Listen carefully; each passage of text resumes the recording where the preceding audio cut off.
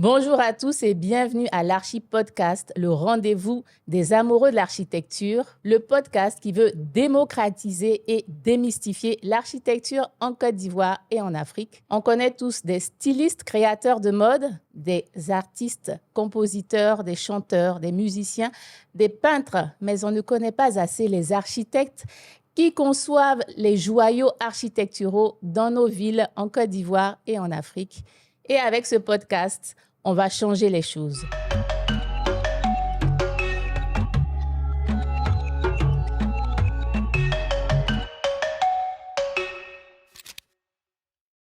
Je suis Karine Kangou-Barouan, architecte ivoirienne, et j'ai l'honneur de recevoir aujourd'hui Monsieur Diabagaté Bazoumana, qui est architecte agréé de l'Ordre des architectes de Côte d'Ivoire et fondateur du cabinet d'architecture Archipro. Bonjour, chers confrères.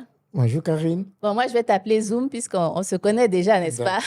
Merci beaucoup d'avoir répondu à cette invitation. Merci à toi. Et aujourd'hui, on va découvrir ton univers, on va comprendre ton parcours et tu nous feras voyager au milieu de tes différents projets.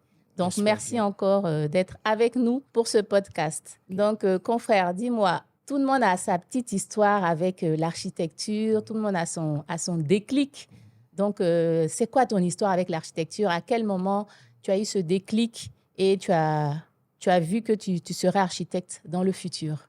Merci Karine pour cette opportunité que tu me donnes aujourd'hui de m'exprimer sur le métier. Il faut dire que l'architecture, c'est un métier que j'ai aimé depuis très longtemps, depuis tout petit. Depuis quelle classe comme ça?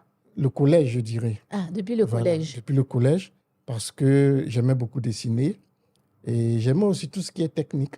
OK. Et de ce fait, je me suis beaucoup renseigné, bien qu'étant élève en troisième, je me suis beaucoup renseigné sur tout ce qui est formation technique et je savais déjà ce qu'on faisait dans les lycées professionnels, dans les lycées techniques. D'accord. Et c'est ainsi qu'après mon BPC, puisque j'avais une bonne moyenne, j'ai demandé à être au lycée technique de Bouaké. Ah, déjà? Oui. Déjà, tu t'es orienté Oui, parce que je savais que là-bas, je pouvais faire la filière F4. Et la filière F4, c'est le baccalauréat de technicien en génie civil.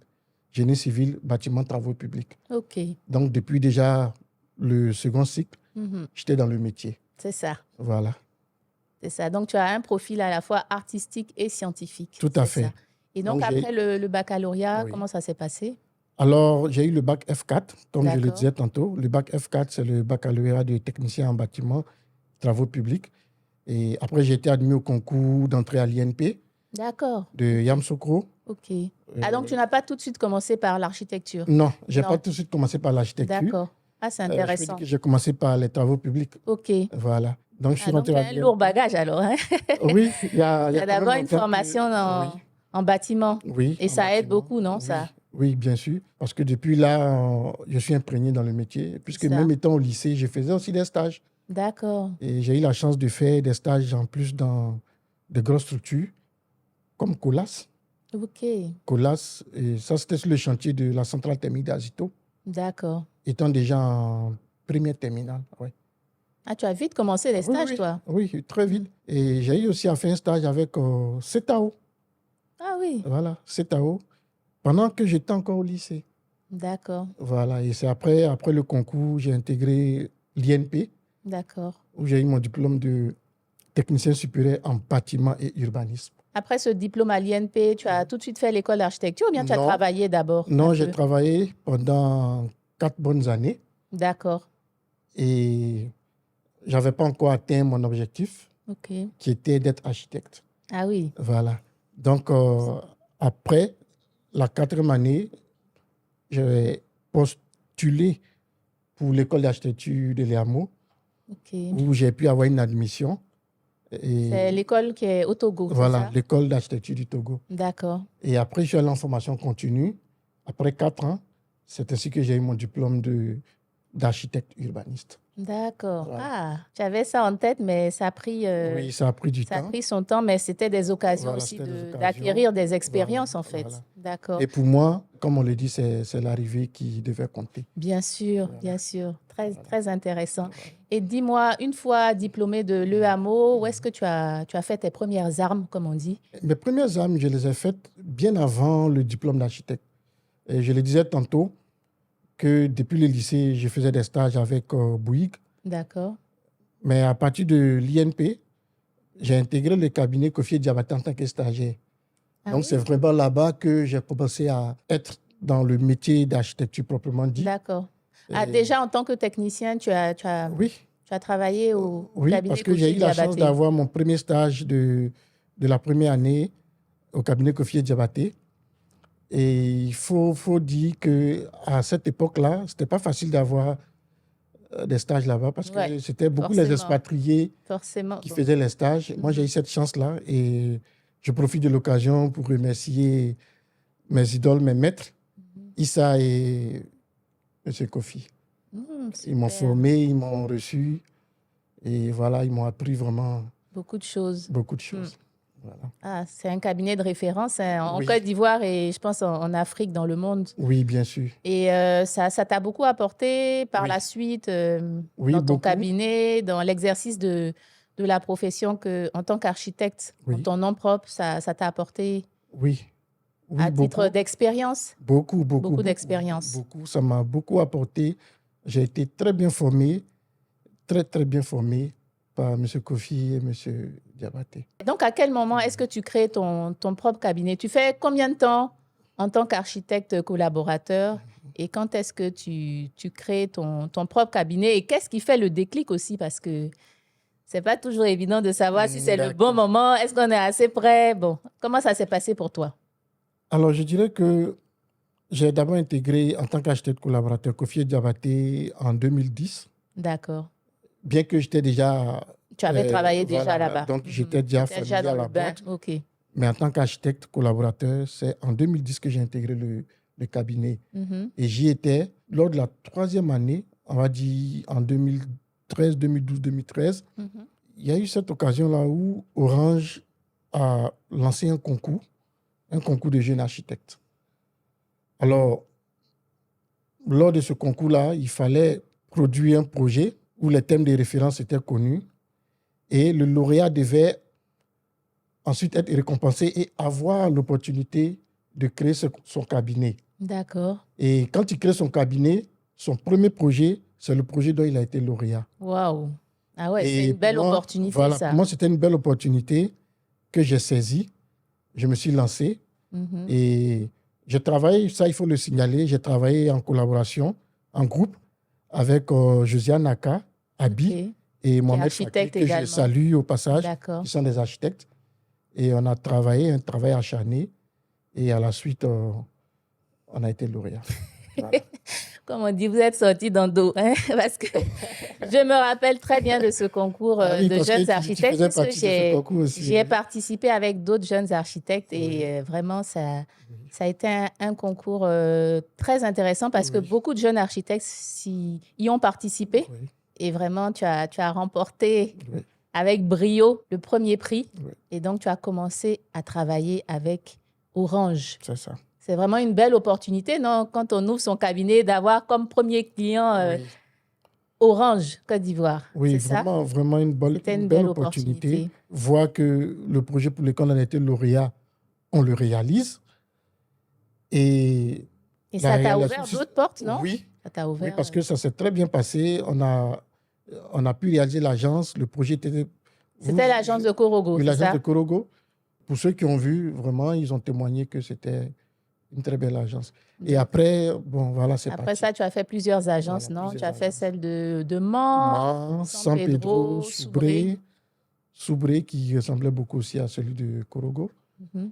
Et dans d'autres pays aussi, Oui, il me semble. le Libéria. Au Libéria également. J'ai fait des agences aussi au Libéria. Waouh! Tout ça à partir de ce concours. De ce concours. Ah, vraiment, ça a été une très, très belle expérience Oui. pour toi Oui. et un bon départ pour ton Oui. cabinet d'architecture. Oui, vraiment. Et aujourd'hui, quels sont les projets sur lesquels tu travailles au sein du cabinet Archipro?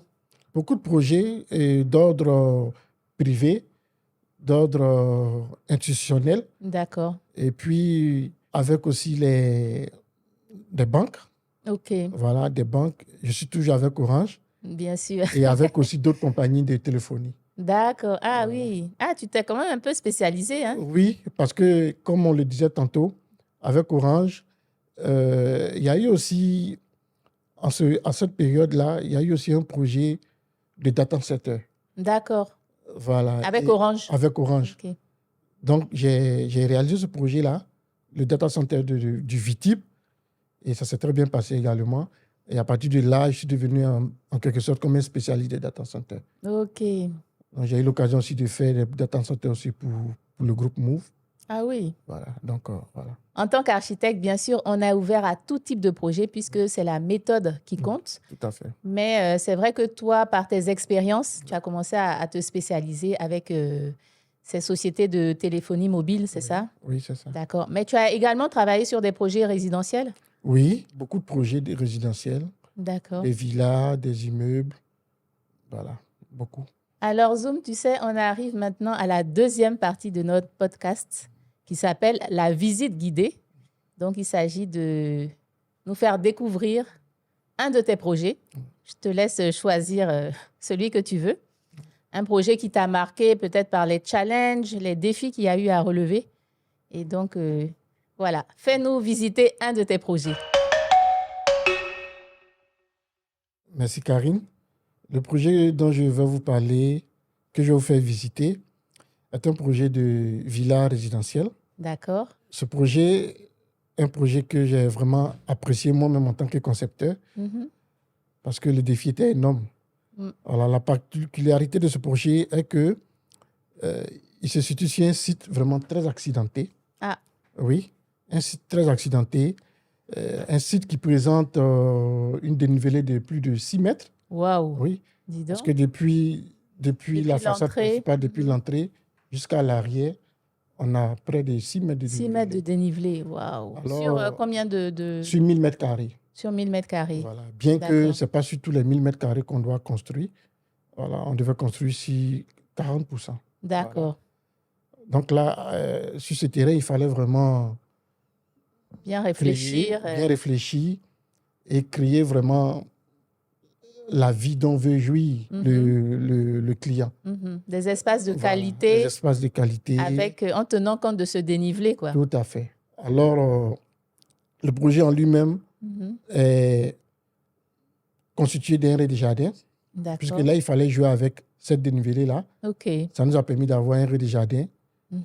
qu'on a exploité pour le parking, le garage. D'accord. Et à l'arrière, on a exploité encore ce rez-de-jardin pour en faire un espace aussi de vie. OK. Mais si vous remarquez lors de la visite, quand vous êtes sur la terrasse à l'extérieur, vous ne pouvez même pas vous imaginer qu'il y a une vie en dessous de ce que vous C'est voyez. ça. Voilà. En tout cas, Donc la c'est visite ce va qui vous m'est permettre de arrivé. voir qu'en dessous, il y a une vie. Tout à fait. Donc on a créé plusieurs vies, je dirais, dans une seule vie. Hmm. Voilà. Ouais, ouais. C'est ainsi vrai que ça m'avait frappé quand on a visité hier Voilà. le projet. Voilà. J'ai vu un grand espace de détente avec jardin, Oui. des jardins secs. Oui. Et après, en dessous, on a plusieurs chambres, des Oui. dépendances Oui. très bien aménagées. Oui. Et on n'aurait pas pu imaginer, en fait. Tout à fait. Tout à fait. Et donc, ça, c'est en profitant du Voilà. dénivelé du terrain. Tout à fait. Donc, on a réussi vraiment à faire ressortir tout ce dont avait besoin le client, Mhm. vraiment se sentir à l'aise dans vraiment son espace de vie. C'est ça. Voilà. Et faire en sorte aussi que tous les espaces soient vraiment bien éclairés parce Tout à que fait. Tout à fait. C'est il un n'y a bâtiment- pas vraiment de bâtiment qui soit dans l'obscurité malgré les dénivelés, les raies de jardin. Tout est très Tout exposé est très exposé, au tout est soleil. bien éclairé, bien ventilé. Voilà. Et vous voyez, c'est un bâtiment épuré. Mhm, c'est vrai. Voilà, épuré. Et puis, on a vraiment mis le maximum en termes de conception d'abord, Mhm. en termes aussi de travaux, OK. et puis en termes de matériaux. En termes de matériaux, Voilà, oui. en termes de matériaux, on a vraiment mis le paquet. C'est vrai. À l'intérieur, Voilà. on a fait la visite ensemble à l'intérieur Oui. du projet. Et Oui. c'est vrai que les matériaux sont de qualité. Tout à fait. Et c'est un projet qui a duré combien de temps en termes d'exécution? En Bon, termes déjà, de- oui, en termes Oui, en d'exécution, termes d'exécution, c'est un projet qui a fait plus d'une année. plus d'une année. Oui, parce qu'à un certain moment aussi, on était confronté aussi au problème de pénurie de sable et autres. Mhm. Voilà, mais dans l'ensemble, on a fait plus d'une année. Plus d'une année. Voilà. Mais en surface construite, combien il fait? Parce que tu as dit le terrain fait 1000 mètres carrés, Oui, mais justement, en c'est quoi la surface construite, construite? on a près de 2000 mètres carrés quand même. 2000 mètres carrés. On a combien de surface par niveau? Par niveau, on a environ 450 à 500 mètres carrés par niveau. D'accord. Voilà. OK, donc sur 4 niveaux, c'est Voilà, ça? sur 4 niveaux. C'est-à-dire OK. que les 3 niveaux, sous-sol, OK. étage 1, étage 2, et puis les dépendances à l'arrière. Mhm. Alors, on se retrouve avec pratiquement 2000 mètres carrés.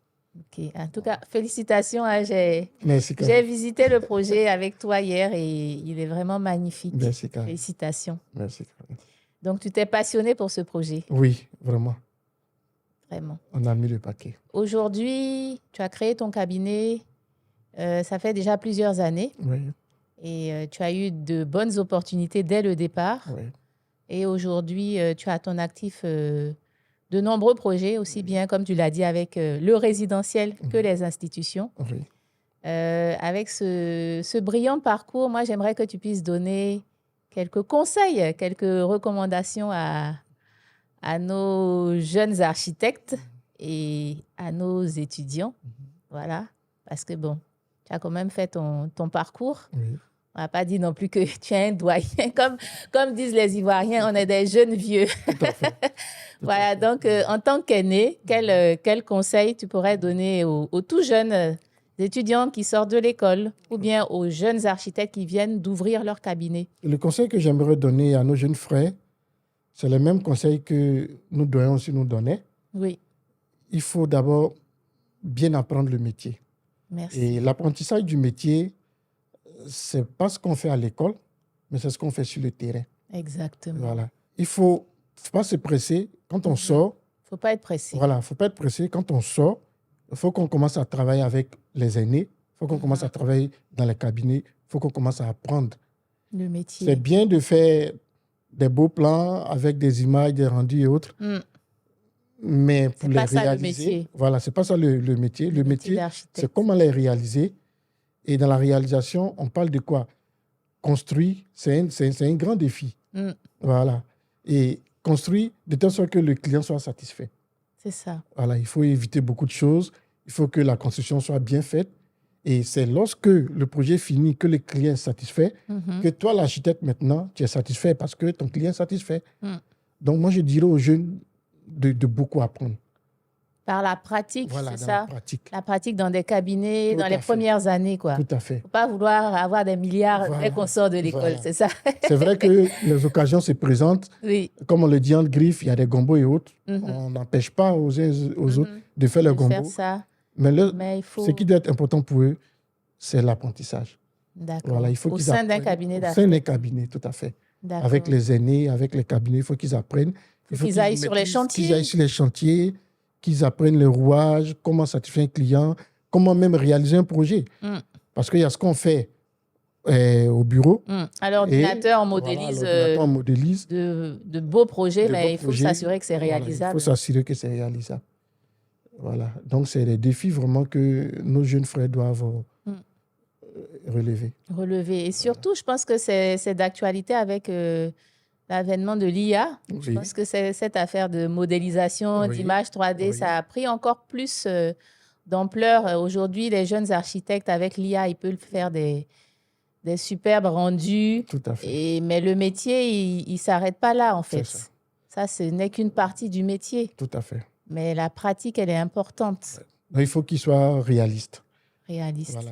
L'IA, sinon les rendus de synthèse, c'est beau, mais il faut qu'on soit réaliste.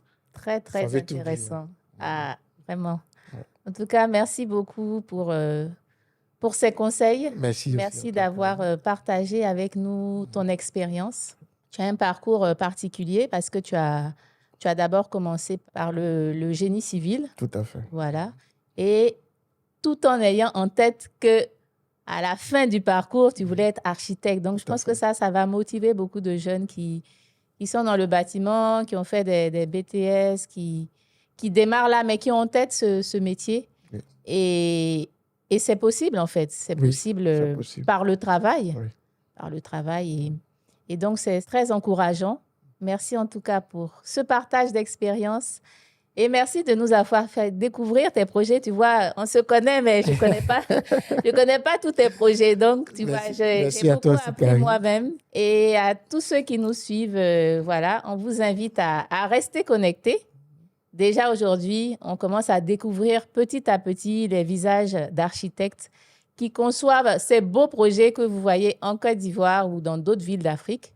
On les découvre petit à petit. On ne pourra plus dire que les architectes sont dans leur bulle. Hein, ça, c'est plus possible. Et donc, on va continuer ce partage, ces découvertes grâce au prochain numéro. Je vous donne rendez-vous pour le prochain numéro du podcast Archi Podcast, le podcast qui veut démystifier et démocratiser l'architecture en Côte d'Ivoire et en Afrique. À très bientôt.